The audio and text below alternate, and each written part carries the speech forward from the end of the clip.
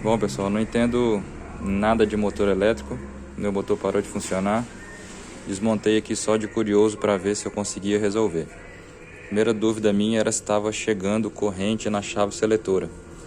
Testei com um LEDzinho aqui e estava. Segunda dúvida era para saber aonde que era o problema. Se era na chave ou era no motor. Nem sabia, comecei a fuçar aqui e descobri que esses dois fios aqui que são os de energia do motor. Liguei os dois fios na bateria e o motor funcionou.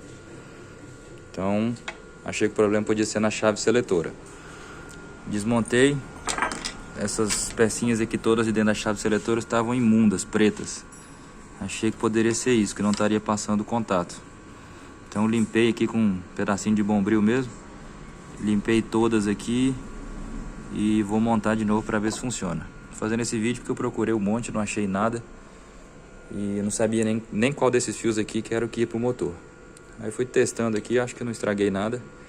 Descobri que esses dois aqui que são. Aí vamos montar agora para ver se era só isso.